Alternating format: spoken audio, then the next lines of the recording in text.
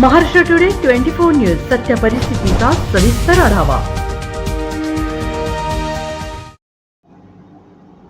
6 तासात खुनाच्या 2 घटना, परभणी जिल्हा हादरला।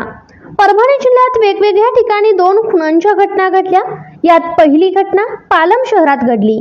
या घटनेत पहाटे अज्ञात करून कोंडिवा दुधाटे नामक इसमाच्या डोक्यात घाव घालून खून करण्यात आला। तर दुसऱ्या घटनेत जिंतूर शहरातील सपना हॉटेलमध्ये एका सैनिकाचा हॉटेल मालकांसोबत इतर 3 जणांनी अजगर यास बेदम मारून खून केला। या घटनेत मयत अजगर शेख याने हॉटेल मालकाला नाश्ता मागण्यात गडबड केल्यावरून व बिल देण्यावरून हा वाद विकोपाला जाऊन खून झाल्याची प्राथमिक माहिती मिळत आहे।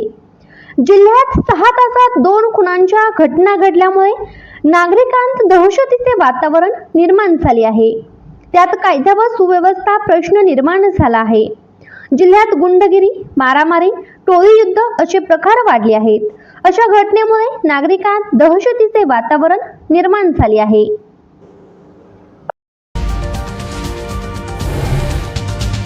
आजच महाराष्ट्र टुडे 24 न्यूजला सबस्क्राईब करा आणि सत्य परिस्थितीचा सविस्तर आढावा पहा।